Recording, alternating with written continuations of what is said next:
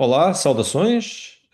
Estamos de volta com mais um webinar no ciclo de celebrações dos 25 anos da Sociedade Portuguesa de Astronomia. O meu nome é José Afonso. Estamos também com a Sónia Anton. Olá, Sónia. Boa tarde.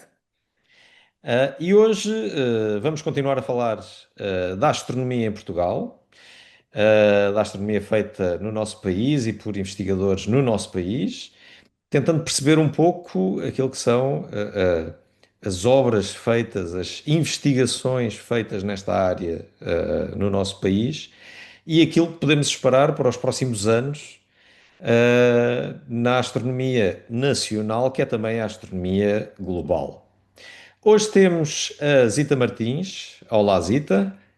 Bem-vinda. Olá, obrigada. A Zita Martins é do Instituto Superior Técnico e do Centro de Química Estrutural. E vai-nos falar um bocadinho da astrobiologia, essa área tão fascinante e em crescimento no nosso país.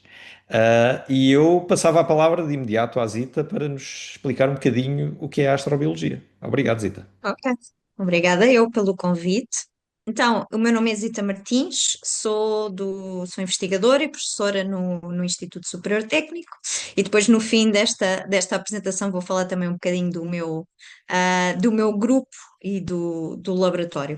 Mas primeiro, obviamente, gostava de falar sobre a astrobiologia, e o que é a astrobiologia.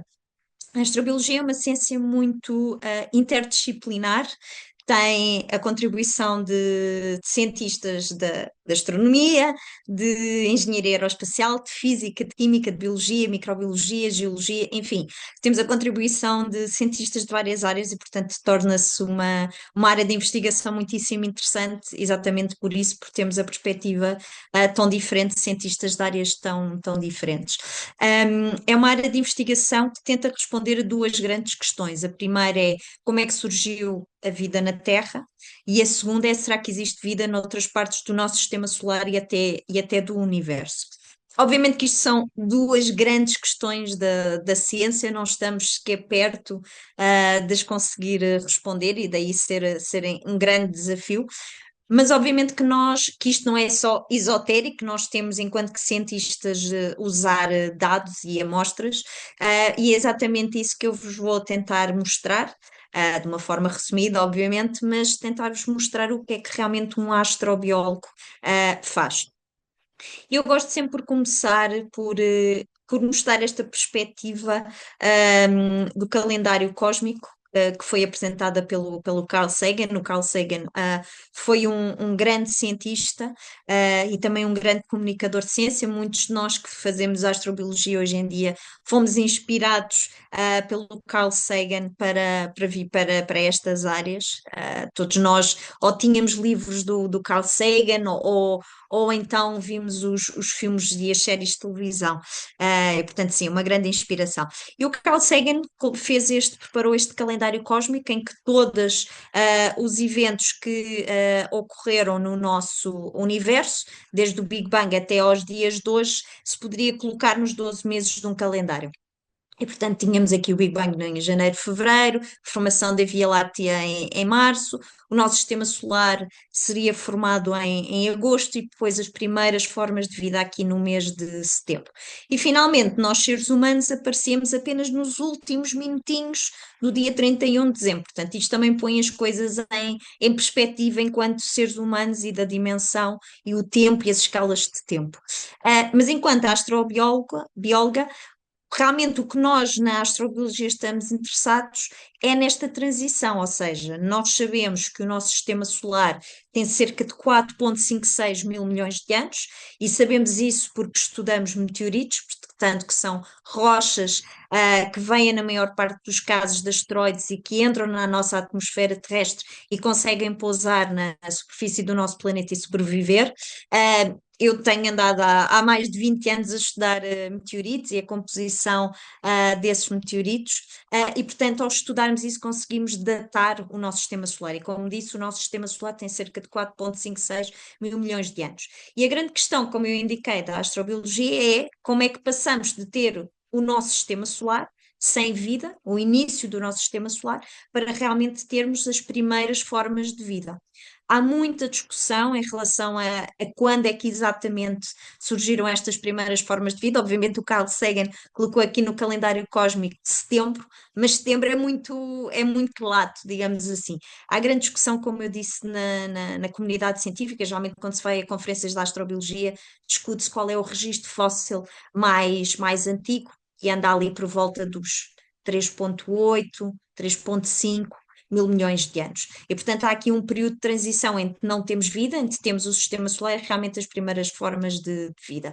E é isso parte também que os astrobiólogos tentam fazer, perceber quais são os registros fósseis mais antigos, quando é que surgiu a vida, se só surgiu uma vez, se tivemos várias gêneses e ao longo do tempo essa primeira gênese foi destruída e surgiram outras formas de vida, como é que surgiu realmente a vida, que processos químicos e depois biológicos levaram às formas de vida que temos hoje em dia. Portanto, todas essas questões é o que nós estudamos. Seguida, segunda questão, como eu indiquei, é: ok, nós sabemos que temos formas de vida aqui no planeta Terra, é o único ponto, sem sombra de dúvidas, que nós sabemos que temos vida. Tudo o resto só podemos supor que talvez haja vida ou no nosso sistema solar ou então até fora do nosso sistema solar. E a questão primeira que se coloca é: ok, nós tendo uma missão espacial desenvolvida para as várias agências espaciais, o que é que vamos procurar? A ficção científica diz-nos que vamos à procura de homenzinhos verdes, mas nós somos cientistas e, obviamente, nós não vamos à procura de homenzinhos verdes. E a resposta é: nós vamos à procura da unidade básica da vida, que é a célula, e dos compostos químicos que compõem essa célula. E, portanto, muitas das vezes eu faço parte de várias missões espaciais e realmente o que nós tentamos desenvolver em conjunto com as empresas, com os engenheiros, etc., é realmente ver como é que nós conseguimos detectar essas moléculas e essas quase que como que impressões digitais que nos permitem indicar se há ou sobrevida extraterrestre nesses planetas e nessas luas do nosso sistema solar. A pergunta seguinte é, obviamente, onde procurar. Antes pensava-se que, lá está, a Terra estava num local perfeito, nem muito perto do Sol, nem muito longe do Sol, a chamada zona habitável, mas nós agora realmente o que na comunidade científica nós vamos à procura é locais no sistema solar onde hajam as condições de habitabilidade, ou seja, que tenham as condições para que a vida possa surgir. Não é obrigatório que havendo habitabilidade há vida, mas é necessário, se a vida existe, que existam as condições de habitabilidade. E essas condições de habitabilidade indicam-nos que é necessário água líquida, pela simples razão que aqui na Terra todas as formas de vida necessitam de água líquida de alguma forma. Necessitamos de nutrientes e compostos químicos, o carbono, o oxigênio, etc. E precisamos de uma fonte de energia. E a questão aqui é: a fonte de energia não tem que ser automaticamente o Sol, a nossa estrela. E isso, obviamente, que expande os locais no nosso sistema solar onde podem existir as condições de habitabilidade. E eu agora gostava de vos dizer muito rapidamente, mencionar quais são esses locais onde realmente cientistas e as agências espaciais estão a pensar ou já pensaram onde é que pode existir habitabilidade e estão a desenvolver missões espaciais. Portanto, o planeta vermelho, Marte, que nós temos aqui uma imagem que foi tirada pela sonda espacial Viking nos anos 70 do século passado. Obviamente tem tido várias missões espaciais. A missão Viking 1 foi a primeira e até hoje a única missão espacial de detecção, de procura de vida extraterrestre. Todas as outras missões espaciais para Marte ou foram à procura de onde é que existe água ou a tentar estudar a geologia, mas não propriamente de procura de vida extraterrestre. Portanto, nós sabemos que o planeta vermelho tem potencial para ter vida, nada ainda foi detectado. Obviamente que há muitas missões planeadas de futuro e vamos ver o que é que acontece no futuro, realmente se consegue detectar sinais de vida presente ou passada no planeta vermelho. Outro local, bem, nós conseguimos ver aqui esta imagem, consegue-se ver com um telescópio, conseguimos ver aqui Júpiter e algumas das suas luas, e eu gostava de focar aqui na lua Europa, em que neste slide que temos aqui, temos novamente uma imagem real da lua Europa vista pela sonda espacial Galileu. Realmente, à primeira vista, é uma bola gelada, não há aqui grande coisa, mas o que nós sabemos de facto hoje em dia, de forma direta ou indireta, é que existe um oceano, de água líquida por baixo desta camada de gelo. E como eu indiquei, um dos requisitos para termos habitabilidade é existir água. Para além disso, pensa-se que há um sistema de fontes hidrotermais muito semelhante, por exemplo, às fontes hidrotermais que nós temos no nosso planeta a Terra, como por exemplo nos Açores, e portanto torna-se muitíssimo interessante averiguar realmente as questões de habilitabilidade da Lua Europa, e é exatamente por isso que temos correntemente, presentemente, duas missões espaciais das várias agências, a Europa Clipper e a JUICE, realmente que vão estudar todas estas questões, tendo um olho, obviamente, na Europa, não só na Lua Europa, mas noutras luas, mas em particular na Lua Europa.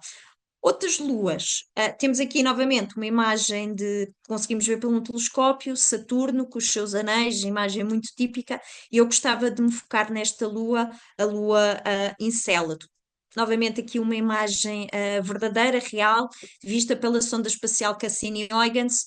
Novamente temos uma superfície gelada, cheia das tais fraturas, e outra imagem também tirada pela Cassini-Huygens conseguiu ver que saíam geysers por baixo desta superfície gelada e, portanto, é uma forma direta ou quase direta de sabermos que existe um oceano de água líquida em Encelado. Novamente, é um local fantástico que as agências espaciais estão a olhar com outros olhos e, de facto, a Agência Espacial Europeia criou em 2022 um painel de peritos que eu estou a presidir e escrevemos um relatório durante mais de 2 anos, o relatório está online, em que nós tínhamos que estudar quais são os próximos passos da ESA, da Agência Espacial Europeia, para a chamada Voyage 2050. Portanto, o que é que a Agência Espacial Europeia vai fazer em 2050? Muitos de nós já estarão reformados, incluindo eu próprio nesta altura,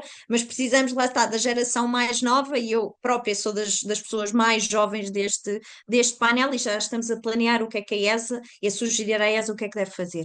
E neste relatório que é público para toda a gente, o que a nossa equipa de peritos indicou foi realmente que a ESA deve vir à Lua Encélado e ter ali uma missão espacial para pousar na superfície de Encélado e realmente analisar amostras e tentar perceber se existe ou se existiu vida, ou pelo menos as condições de habitabilidade nesta lua em Encélado.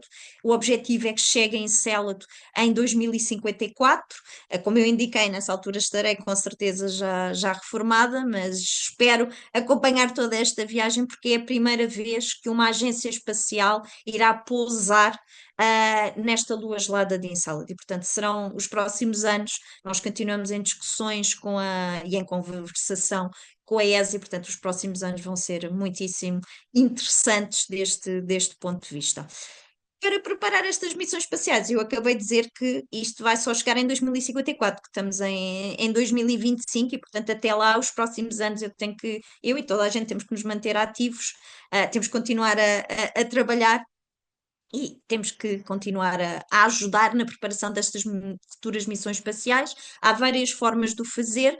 Podemos, obviamente, usar a Estação Espacial Internacional, a ISS, mandando pequenas experiências, pequenos projetos para lá. Faço parte de alguns desses projetos que vamos tentar estudar, por exemplo, o projeto OreoCube e ExoCube, que vamos tentar perceber qual é o papel dos minerais para proteger contra a radiação certas moléculas orgânicas. Portanto, isso é um tipo de projeto em que a Estação Espacial Internacional nos pode ajudar e muito enquanto continuar funcional.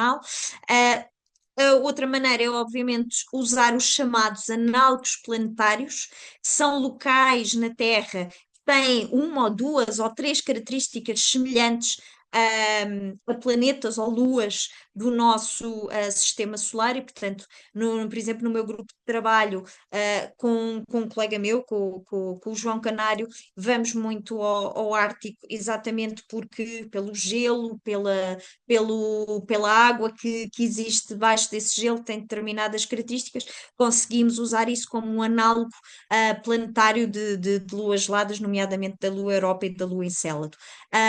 Há também podemos ir, eu também já no passado fui à Austrália e determinadas zonas da Austrália podemos usar como análogo de Marte. E assim por diante, portanto, nós fazemos muito trabalho de campo. Recentemente fomos aos Açores colher amostras de fontes hidrotermais, e, portanto, no nosso grupo de trabalho fazemos muito trabalho para estas questões dos análogos planetários.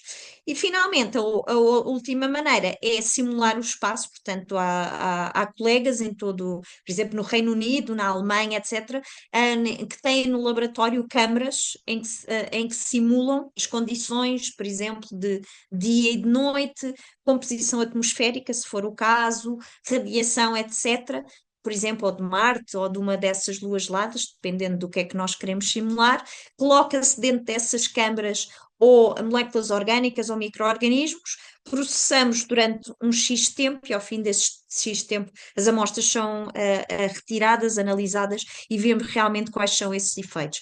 Obviamente que não se consegue simular completamente o espaço no laboratório, mas é um bom processo para usar e para utilizar como um primeiro passo. E todas estas maneiras de preparar missões espaciais ajudam as futuras missões que só vão acontecer passados décadas.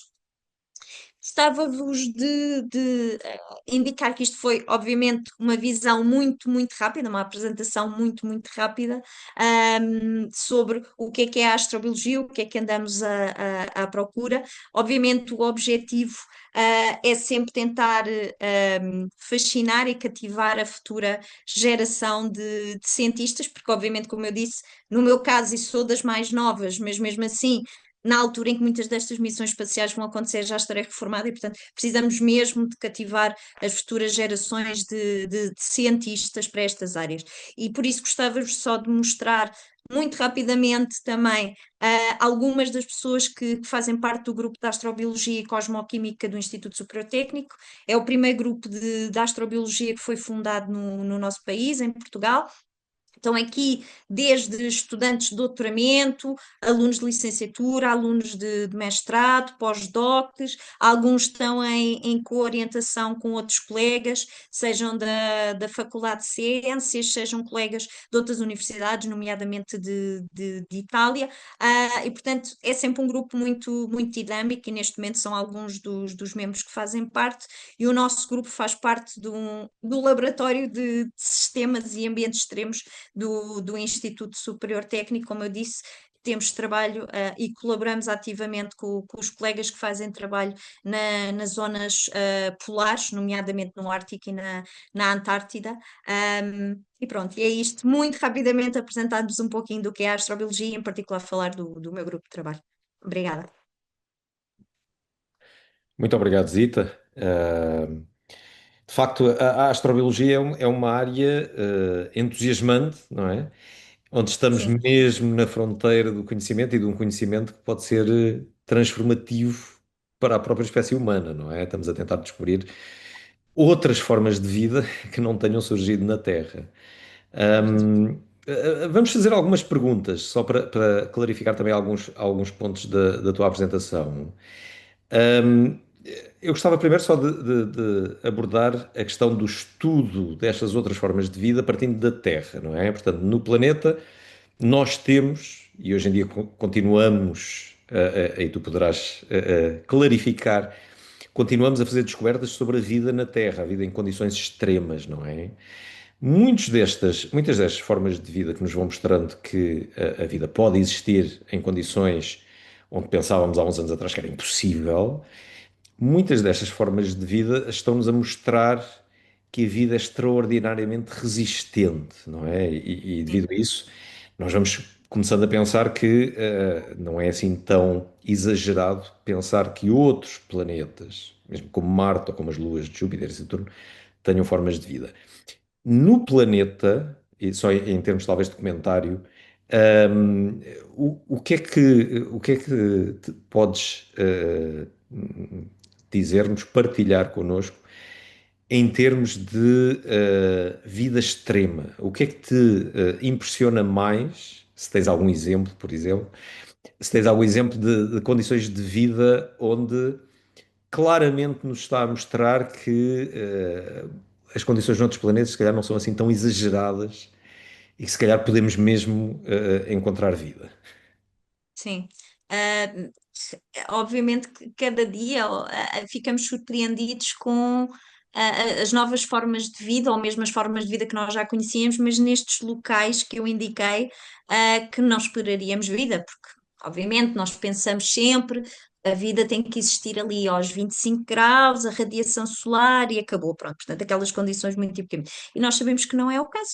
Basta ir para as zonas polares, que nós sabemos que são extremos de temperatura, ou mesmo, como eu disse, ir para um deserto quente, em que a temperatura é muitíssimo elevada e há quase que não há água. Ir, por exemplo, também, um dos projetos que um dos meus estudantes tem, é, novamente também em colaboração com a Faculdade de Ciências, com colegas da Faculdade de Ciências, vamos a grutas com níveis elevadíssimos de CO2. E portanto, quer dizer, não esperaríamos isso que acontecesse, porque nós sabemos aqui na Terra, nós, as formas de vida, precisamos de oxigênio. E sabemos que não, que existem formas de vida realmente nessas condições que tudo o conseguimos pensar, as quantidades de sal. Chernobyl, por exemplo, é outro dos casos. Sabemos que não existem, é assim, com o desastre que aconteceu, infelizmente, em Chernobyl, mas sabemos que existem lá formas de vida, e portanto, esses organismos que vivem em condições extremas, os termófilos, mostram-nos que é possível existir formas de vida em condições extremas. Algumas delas até já foram levadas para a Estação Espacial Internacional e sobreviveram à viagem e o regresso, obviamente com adaptações no seu mecanismo, isso obviamente. Mas todos estes micro-organismos e formas de vida existem em condições extremas, portanto, alarga-nos a possibilidade que exista vida fora da Terra nestes outros locais, do nosso sistema solar e até, quem sabe, noutros sistemas solares, porque realmente se existem formas de vida que podemos chamar de estranhas, extremas, aqui na Terra, nada fecha a porta para que existam noutros locais do nosso sistema solar. Nós aqui ainda não as encontramos, pode ser tanto uma questão de problema de tecnologia, portanto, não temos a tecnologia para detectar, ou pode ser realmente que já essas formas de vida existiram no passado e agora não existem, ou. Há aqui muitas, muitas hipóteses e, portanto, temos que continuar a procurar e investir tempo realmente nestas questões. Boa. Zita, eu tenho aqui também umas perguntas que fui recolhendo. Ahm, Se tivesses que apostar num sistema que seja o mais provável, seja um planeta, seja uma lua, qual dou-te US$ 1 bilhão para ires a um sítio? Diz-me qual. Isso é óbvio em Salad. Como eu disse, tive essa discussão durante 2 anos e meio. Foi mesmo uma grande honra ter sido selecionada, não só para o painel, mas para presidir ao painel. Quer dizer, como portuguesa, como cientista, foi uma honra enorme, obviamente. Não é todos os dias que acontece e poder estar a representar o nosso país, para mim, isso foi uma honra enorme. E portanto, foi giríssimo porque Estávamos todos, semana sim, semana não, estávamos em teleconferências, fomos muitas vezes à ESA, nos Países Baixos, em Noordwijk, e estávamos constantemente lá a reunir, a discutir, com colegas, cada um com o seu background, e foi giríssimo esse tipo. E depois, cada vez que nós tínhamos, pronto, agora chegámos a uma conclusão, enviávamos isso para a equipa da ESA, eles diziam: não, não, não, isto não é possível com a tecnologia que nós temos hoje em dia, volta tudo para trás. Portanto, voltávamos a discutir. E, portanto, acho que chegamos a um resultado muito bonito, juntamente com a equipa da ESA, da Agência, da Agência Espacial Europeia, em que dissemos em Salad. E, portanto, nós estamos muitíssimo satisfeitos era a nossa primeira escolha, mas ao mesmo tempo havia ali questões técnicas que nós não estávamos a conseguir atingir, e sempre em diálogo. E Encélado, sem sombra de dúvidas, não é que a Lua, por exemplo, Titã não seja muitíssimo interessante, eu não mencionei aqui, mas Titã também é um alvo muitíssimo interessante.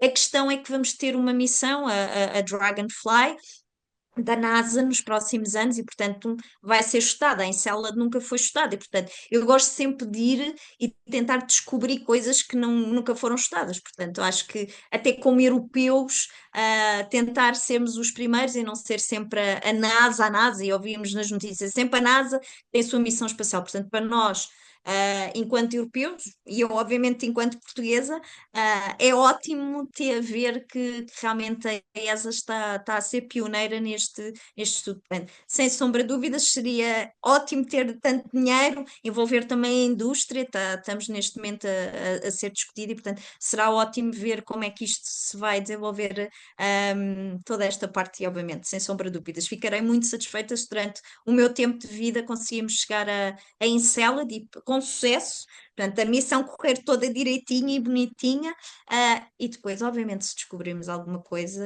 mesmo não sejam formas de vida, mas se dissermos, ok, conseguimos detectar as condições de habitabilidade. Só isso já é um passo enorme. Obviamente gostava de descobrir formas de vida extraterrestre, em particular em Célade, mas se não for possível, já ficarei muito satisfeita com descobrir condições de habitabilidade, sim. Certo. Judite, Olha, mas, desculpa só aqui, Afonso, que é uma dúvida mais, enfim, técnica minha. Ah, Tu mostraste aquela imagem que é muito impressionante, como se fossem uns geysers, não é? Que existem em Encélado. Ahm, a composição química, é Hum, conhecida? É. Como eu indiquei na legenda, aquilo foi a foto e depois os gases foram analisados pela Cassini-Huygens. Portanto, a Cassini-Huygens, como nós sabíamos, ia a caminho de Titã. O objetivo nunca foi detectar ou estudar os geysers. Portanto, sim, e equipamento a bordo dessa missão, mas não estava optimizado para estudar propriamente. Sim, o que é que se viu? Viu-se condições, digamos, tudo muito simples, a análise foi relativamente simples. Sabemos que existem água ali, óbvio, não é grande descoberta, mas pronto, foi detectado. Existe também, foi detectado metano, e o metano torna-se muitíssimo interessante. Porque o metano pode ter duas formas, principalmente, ou duas origens, se quisermos dizer.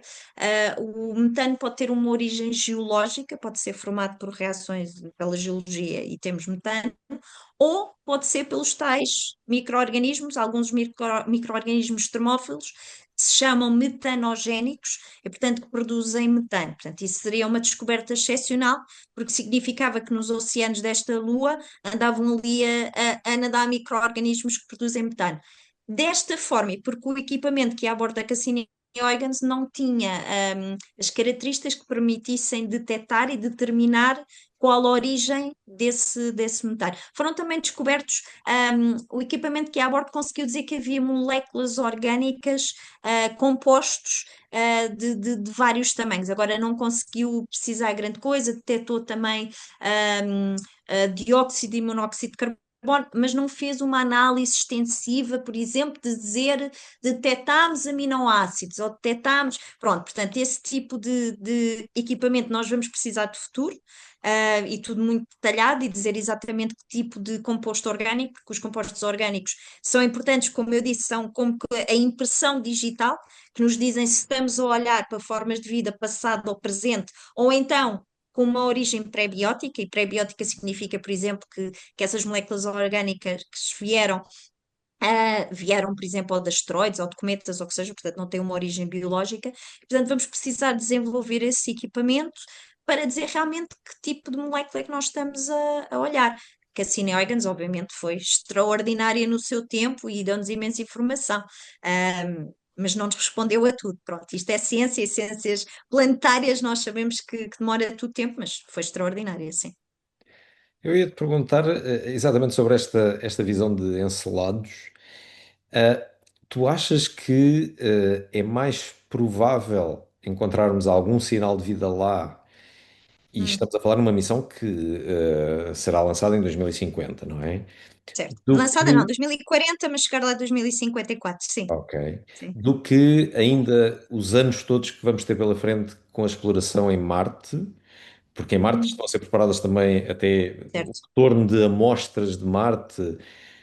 Não é mais provável que encontremos algum sinal ali do que numa lua de Saturno? São coisas diferentes. Por um lado, Marte nós temos ido desde os anos 70 do século passado, e temos tido várias missões espaciais que nos permitem construir um puzzle. Eu chamo isto um puzzle porque temos água, onde é que temos água? De forma de água é que nós temos? Na superfície, na subsuperfície, temos salmouras, o que é que nós temos? Pronto, portanto, escalotes polares, etc. Portanto, conseguimos construir esse puzzle sob a informação de Marte.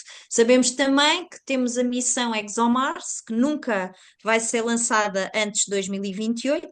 Nós sabemos que está a decorrer uma guerra na Ucrânia, e, portanto, a ExoMars ia ser lançada pela Roscosmos, e, portanto, tudo isso está atrasado.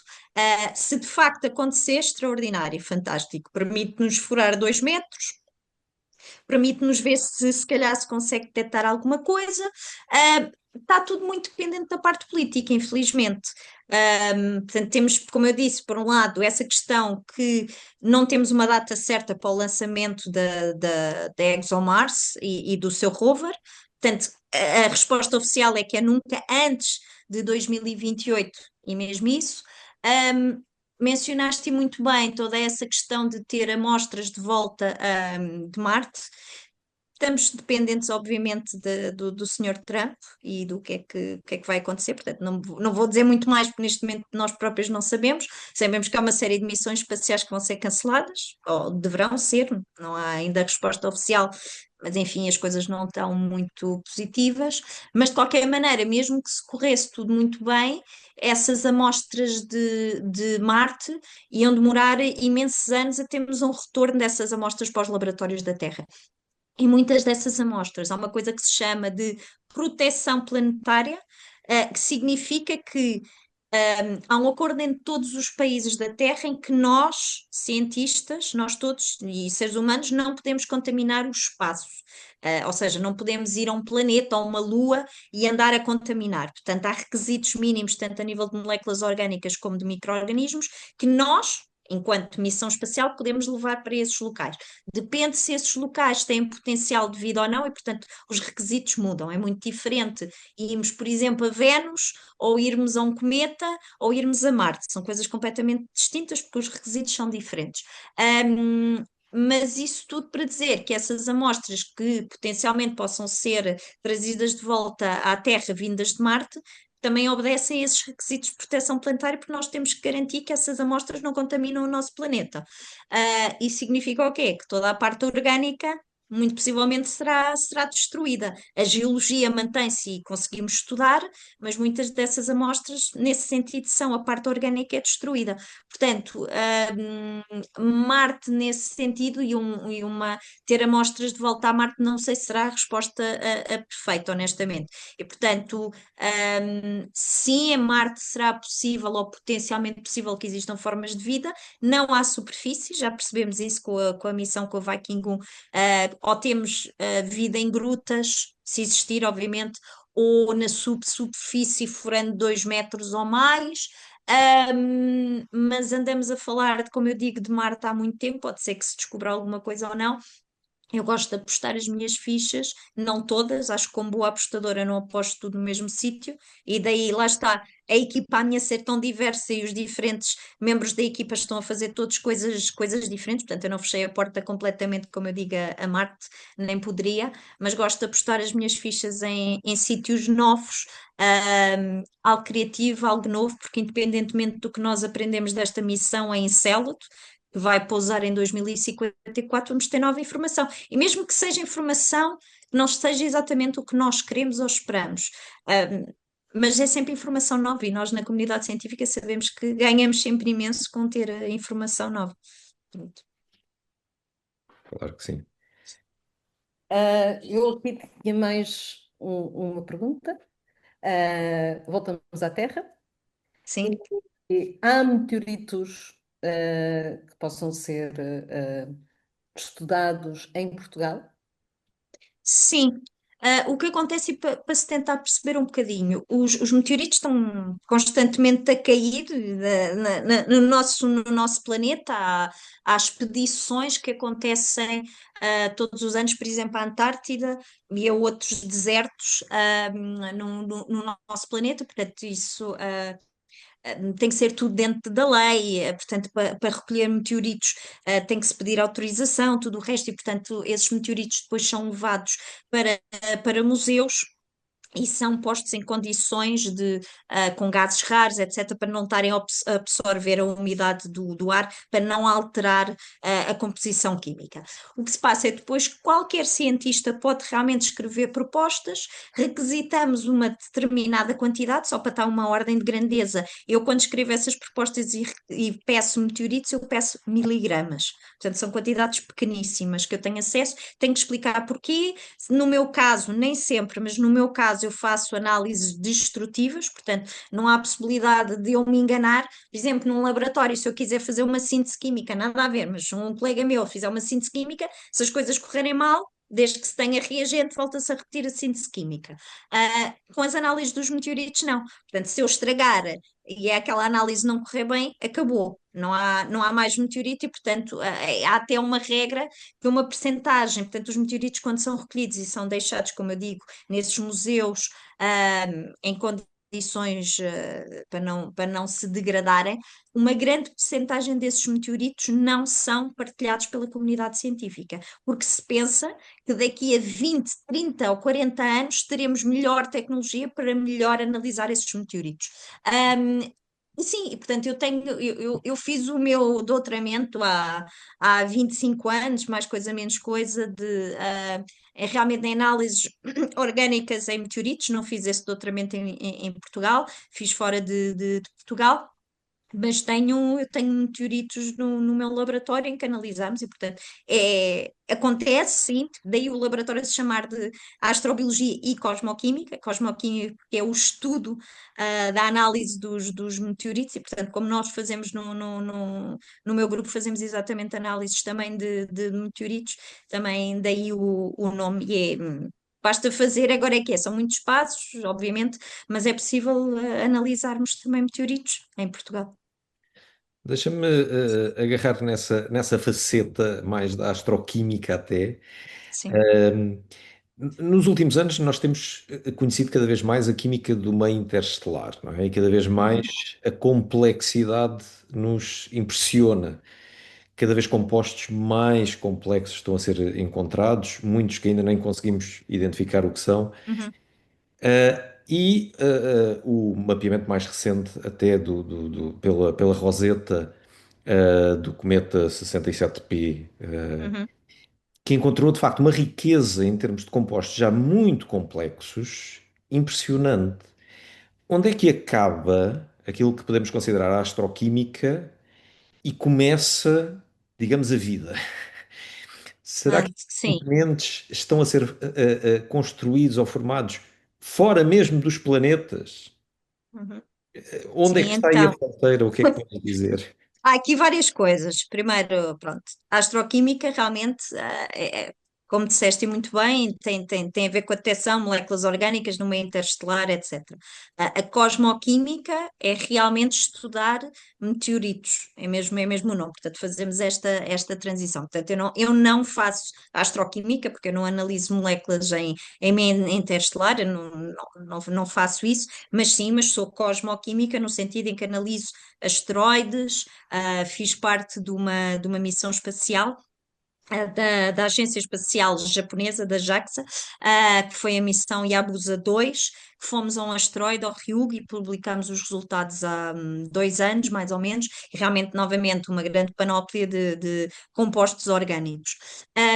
Aqui ainda estamos na fase da química, ou seja, estamos só a encontrar moléculas que existem. Nem são sequer moléculas muito complexas, portanto, nunca se encontrou, e acho que isto é importante dizer, no espaço nunca se encontrou proteínas, nunca se encontrou material genético, o nosso ADN, nunca se encontrou nada disso.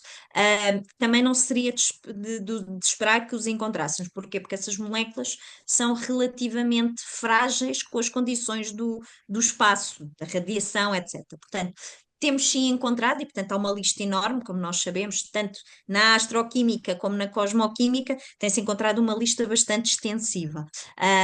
E em cosmoquímica nós lá está, analisamos os cometas, os asteroides, os meteoritos, e sabemos que é uma lista enorme, há uma diversidade e uma complexidade muito maior do que o que existe nas moléculas na unidade básica da vida, que é a célula. E há aqui realmente uma linha, ou seja, isto ainda não é vida, não tem os requisitos de ter uma unidade básica da vida, não há uma célula, não foram encontradas células, ou seja, isto é quase como um Lego, uma casa de Lego, ou seja, uma coisa é ter-se os Legos separados, outra coisa é pormos os Legos todos juntos e construir a casa. E portanto ainda não passamos para a parte da biologia e da vida, pelo simples facto de que ainda estamos apenas na parte da química. E, portanto, para mim é ótimo no sentido em que sou química e, portanto, posso pôr os meus conhecimentos para detectar essas moléculas, mas depois temos que passar para o passo seguinte. E isso é realmente uma daquelas questões que quem descobrir como é que se passa da química para a biologia, isso é um prémio Nobel, ou melhor, são vários prémios Nobel, e é uma das grandes questões é da origem da vida, ou seja, como é que passamos de simples moléculas para ter moléculas orgânicas cada vez mais complexas, para ter a primeira a unidade básica da vida, para depois começarmos a ter complexidade, porque mesmo dentro da vida há formas de vida mais simples, há formas de vida mais complexas, e portanto esta transição, acho que há aqui várias maneiras de aproximar este problema. Nós em cosmoquímica obviamente estamos a estudar todas estas moléculas orgânicas, ver qual é a contribuição de cometas, asteroides, meteoritos que trouxeram todos estes compostos para a Terra primitiva, e portanto tudo isso contribuiu para construir uma célula, e depois temos obviamente todas as pessoas de biologia e microbiologia a estudarem isso, mas ainda não há aqui um ponto de contacto, estamos quase, eu acho.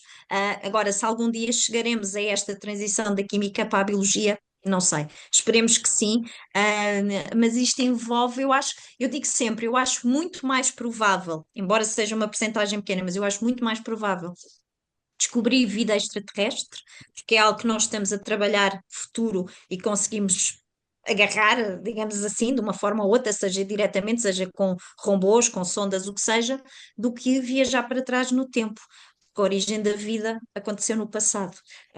E por muita geologia que nós saibamos e conseguimos dizer quais eram as condições da Terra primitiva, é sempre delicado conseguir replicar exatamente como é que surgiu a vida no nosso planeta. Portanto, eu acho muito mais provável, honestamente, nós descobrimos a vida extraterrestre. E mesmo assim, nós sabemos quais são as percentagens que são baixas, obviamente. E tá, para concluirmos esta conversa, ia-te perguntar, imagina, nós, não sei, com certeza que temos jovens que vão ler a tua participação. Sim. E o que é que dirias a um jovem que quer fazer carreira nestas áreas? Que vá para Química, que vá para Biologia, que vá para Astrofísica. Não vale a resposta, deve ir para todas, que ele tem que escolher, ou ela tem que escolher uma Hum, licenciatura. Qual ok. é a tua sugestão? Isto é assim, eu recebo muitos e-mails de jovens que estão no ensino secundário, portanto, isto são casos reais. E eu também vou, não só recebo e-mails, como eu também dou muitas palestras públicas, tanto a bibliotecas, o que seja. Dou muitos eventos públicos, dou muitas palestras em eventos públicos, e realmente. hum, Surge esta questão, ou seja, e é interessante, eu posso dizer, eu não vou nomear quem é, mas quem tiver a ver depois, se trabalhando nesta área, até sabe, eu tenho acompanhado alguns jovens que neste momento já estão a fazer doutoramento e que eu os conheci tinham 15 anos, portanto já foi há alguns anos para estarem a fazer agora o doutoramento. Isso foi uma das questões, as pessoas perguntavam sempre, mas tenho mesmo que ir para a Química? Eu disse, não tens que ir para a Química. tens que fazer uma licenciatura numa área que gostes, porque vais trabalhar para o resto da vida nessa área. Mais ou menos. Eu, por exemplo, sou química, não faço química pura, digamos assim, é ligado ao espaço, mas vou trabalhar com química, estou no departamento de engenharia química. E, portanto, eu digo sempre às pessoas: qual é a área favorita, que gostam mais? Portanto, tanto pode ser a química, como a física, como a engenharia aeroespacial, como a geologia, como a biologia. Não é obrigatório, eu digo licenciatura, mestrado numa área que se goste e depois a partir daí começar a fazer há uma tese até já de mestrado nesta área da astrobiologia, um doutoramento em astrobiologia. Há o meu grupo e começam a surgir outros grupos também da astrobiologia no nosso país, portanto há uma grande diversidade. E além disso eu também dou aulas de astrobiologia, portanto eu aconselho vivamente. Eu dou aulas de astrobiologia no Instituto Superior Técnico e todos os anos nós temos cerca de 50 alunos a assistir às aulas da astrobiologia, portanto é um número bastante simpático. E é bonito ver e os alunos gostam. Alguns não vão seguir, são apenas por curiosidade e acho ótimo, de qualquer maneira que gostem de ver isso, portanto, dá-lhes de qualquer maneira uma perspectiva mais alargada da ciência e percebem o que é que se faz. Outros sim, outros querem seguir. Portanto, a lista que eu mostrei das pessoas da minha equipa, muitos vieram porque eu dei as aulas e eles quiseram continuar, e portanto torna-se muitíssimo interessante e dá-lhes uma base para realmente conseguirem seguir essas áreas, porque uma coisa é o gosto pessoal e as pessoas terem o jeitinho ou saberem que gosto da astrobiologia e sei uma coisa ou outra coisa é que realmente começar a fazer ciência. A ciência tem que ser muito mais sustentada, aprofundada, escrever uma tese de mestrado e mais tarde fazer a investigação e escrever uma tese de doutoramento. As teses têm que ser bastante sustentadas para também se escrever artigos científicos e tudo o resto. E, portanto, a base que eu dou aos alunos é: venham às minhas aulas de astrobiologia.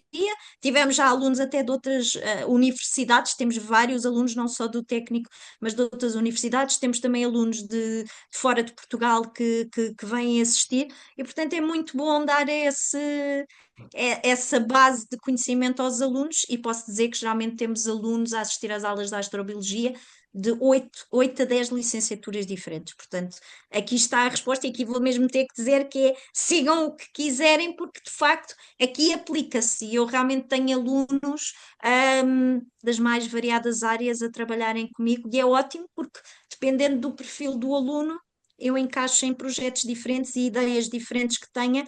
Se fossem todos de química, não conseguia fazer. Portanto, aí está também a beleza disso. Os alunos estão satisfeitos porque seguiram a área que gostam e eu também, porque assim conseguimos trabalhar e ter ideias, e realmente a ciência avança com novas ideias e este sangue novo, e muitos deles trazem sempre novas ideias que faz-me sorrir, porque de vezes eu nem estava a pensar naquele ponto de vista e os alunos pensam e eu digo: olha que giro. E portanto, sim, é isso sempre que eu aconselho. Em resumo, é isto que eu aconselho. Ok. Muito obrigado, Zita. Obrigada. Nós concluímos aqui este webinar, agradecendo à Zita a disponibilidade e esta incursão por esta área fascinante da astrobiologia.